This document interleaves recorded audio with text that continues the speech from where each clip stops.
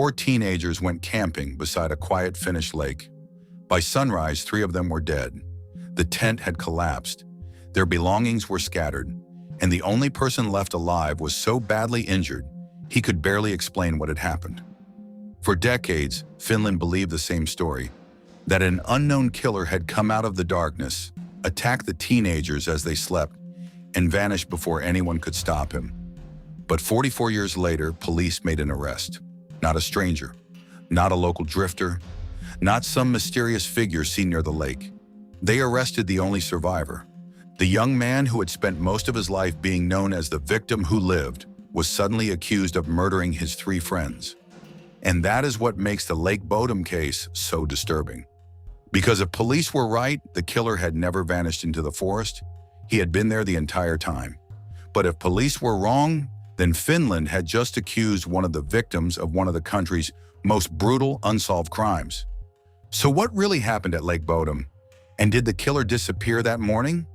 Or did the truth disappear with him? In June of 1960, 4 Finnish teenagers rode out to Lake Bodom in Espoo, not far from Helsinki. It was the kind of trip that should have ended with tired laughter, muddy shoes, and a story they would all remember years later. There were 2 15-year-old girls, Maila Irmeli Björklund and Anja Tuulikki Mäki. With them were 2 18-year-old boys, Seppo Boisman and Nils Gustafsson. They were young. They had motorcycles. They had a tent. And they had chosen a peaceful place beside the water to spend the night. Lake Bodom was not some distant wilderness where no one could hear you scream. It was quiet, wooded, and secluded enough for camping, but still close enough to roads and nearby areas that it should not have felt like a dangerous place. That is one reason this case became so terrifying, because the setting was ordinary, the victims were ordinary, the plan was ordinary, and yet before the sun had fully risen the next morning, that small campsite would become one of the most infamous crime scenes in Finnish history. The 4 teenagers set up their tent near the shore. It was small, simple, and exposed in the way all tents are exposed, a thin piece of fabric separating the people inside from the darkness outside. At some point during the early morning hours of June 5th, someone came to that tent. The attack was violent, fast, and close. The victims were stabbed and struck with a blunt object. Whoever did this was not far away. They were right there, at the tent, in the dark morning hours beside the lake. Maila Irmeli Björklund, Anja Tuulikki Mäki, and Seppo Boisman were killed. Nils Gustafsson survived, but he was badly injured. His face was wounded. He had suffered serious trauma, and when help finally came, he was not able to give investigators the simple answer they needed. He could not clearly identify the attacker. According to the story that would remain attached to the case for decades, the teenagers had been attacked by an unknown assailant. Someone had come from outside the group, struck without warning, and disappeared. It was a terrifying theory, but it was also a difficult one. Because if the killer was an outsider, they had approached a tent full of teenagers, attacked 4 people, left 3 dead, badly injured the 4th, taken or moved items from the campsite, and escaped without ever being identified. And that left police with a scene full of questions. Later that morning, the collapsed tent was discovered. What should have looked like the remains of a teenage camping trip instead looked like something impossible to understand. The tent was damaged. The victims were in and around it. The campsite was no longer a place of rest. It was a murder scene. But this was 1960. The investigation did not happen with modern forensic methods. There was no modern DNA testing at the time. Crime scene preservation was not what it is today.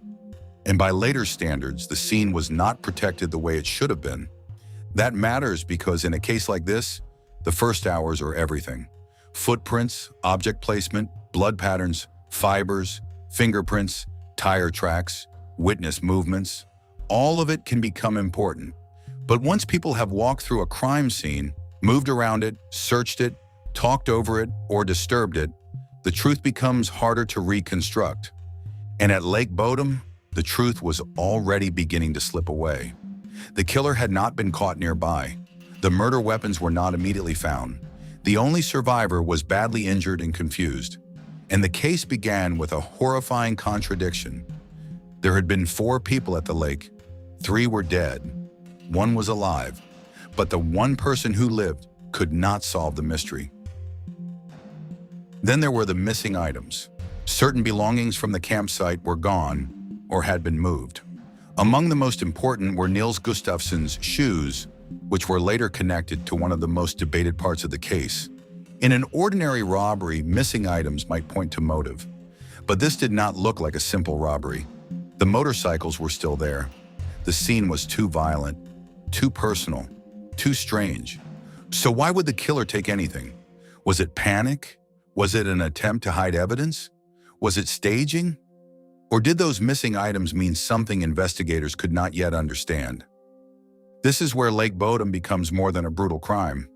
It becomes a puzzle because almost every detail can be read 2 ways. If an unknown killer attacked the teenagers, the missing items could be part of that killer's escape or confusion.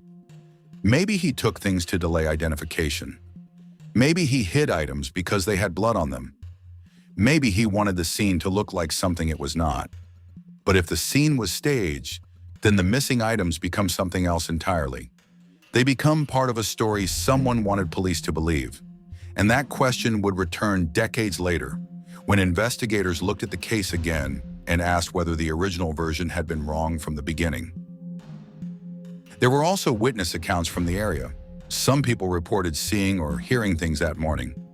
One of the most discussed details involved young birdwatchers who were said to have seen the area near the campsite and a man leaving. In a case like this, that kind of sighting can sound enormous.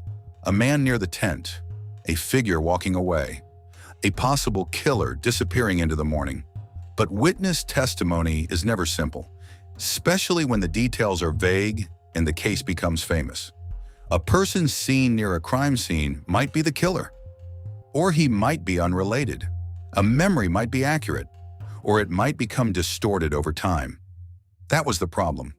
The case had clues, but every clue seemed to create another problem. There were boys who reportedly saw a man near the tent. There were missing shoes. There were injuries that would later be re-examined decades after the murders. But none of it led to a name that could be proven. And as years passed, every uncertain detail became part of the mythology of Lake Bodom. A man by the lake, missing belongings, a damaged tent, a survivor who could not remember enough, a killer who seemed to have vanished. The Lake Bodom murders did not fade from Finland's memory. They became one of those cases people returned to again and again because the basic facts were so simple and the answer was so absent. 4 teenagers went camping, 3 were killed, 1 survived, no one was convicted. That kind of case creates a vacuum. And in that vacuum, Lake Bodom became more than a murder investigation. It became a national wound. Everyone had a theory, but no theory could bring the 3 victims back or finally prove who had killed them. Over the years, different suspects and theories were discussed. Some people believed the killer was a stranger. Others looked at local figures. Some believed the attack may have been connected to a disturbed outsider who happened upon the tent. Others wondered whether the answer was closer to the group itself. But suspicion is not proof. And that is one of the dangers of old unsolved cases. The longer they stay open, the easier it becomes for theories to feel like evidence. A strange comment becomes a clue. A rumor becomes a possibility. A coincidence becomes suspicious. And eventually, the story people tell can become stronger than the facts that can actually be proven. For decades, Nils Gustafsson remained the survivor of Lake Bodom, the young man who had lived when his 3 friends did not. But in the background, one uncomfortable question never completely disappeared. Why had he survived? On its own, that question is not fair. People survive attacks for many reasons: luck, position, injury patterns, timing, chaos. Survival is not guilt. But in a case with no killer, no clear motive, and no final answer, even survival can become part of the mystery. And in 2004, police finally acted on that question. More than 40 years after the murders, Finnish police arrested Nils Gustafsson. It was a stunning turn. The only surviving victim of Lake Bodom was now suspected of being the killer. For the public, it changed the entire shape of the story. This was not just a cold case being reopened. This was a reversal of everything people thought they understood. For decades, the story had been that an unknown attacker came to the tent. Now police were asking whether the attack had come from inside the group. According to the prosecution's theory, Gustafsson may have killed the others and then arranged parts of the scene to make himself look like another victim. They pointed to details involving the tent, the missing items, and the blood evidence that was re-examined decades later. The theory was dramatic, but it also had to overcome a huge problem. The murders happened in 1960. The trial happened in 2005. 45 years had passed. Memories had faded. Evidence had aged. The crime scene had been compromised long ago. Some details could never be reconstructed with certainty. And the court had to decide not what sounded possible, not what felt suspicious, but what could be proven beyond reasonable doubt. That is the line between a theory and a conviction. And in Lake Bodom, that line mattered. At trial, the prosecution argued that the evidence pointed back to Gustafsson. They suggested there had been conflict, possibly jealousy or anger, and that the crime scene may have been arranged afterward to make it look like an outside attacker had been responsible. The defense argued the opposite. They said Gustafsson was a victim. They pointed to his injuries and argued that he had been in no condition to kill 3 people, hide evidence, stage the scene, and then convincingly make himself appear badly wounded. They also emphasized the weakness of old evidence and the uncertainty created by the passage of time. And that is what made the trial so difficult. The case was horrifying. The prosecution had a theory, but the court needed proof, not speculation, not suspicion, not a story that might fit some of the facts. In 2005, Nils Gustafsson was found not guilty. The court did not convict him. The official outcome was that the evidence was not enough and the Lake Bodom murders remained unsolved. That verdict is important because this case is often discussed in a way that makes it sound as if the survivor's arrest solved the mystery. It did not.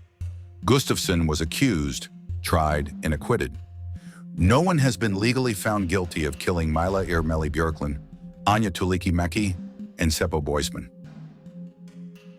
The Lake Bodom case still feels unsettling because it keeps offering the shape of an answer and then taking it away.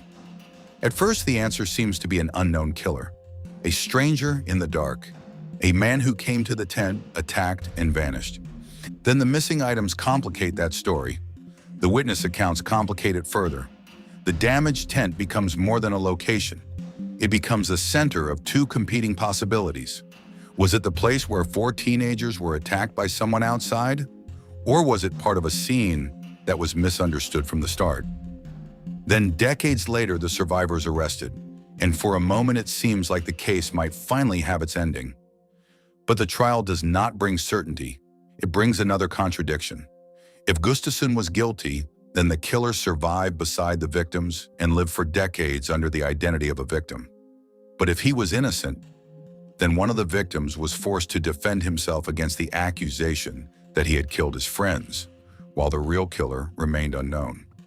Both possibilities are disturbing, and neither one has ever been proven in court.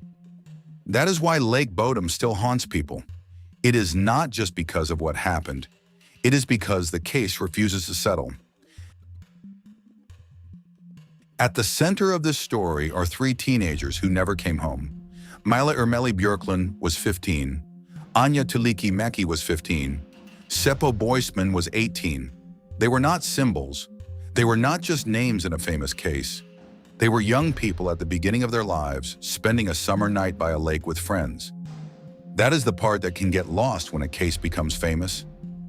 People remember the mystery, they remember the theories, they remember the trial, they remember the question of the survivor. But before any of that, there were 3 victims. And more than 60 years later, no one has been convicted for their murders. So what really happened in the early morning hours of June 5th, 1960?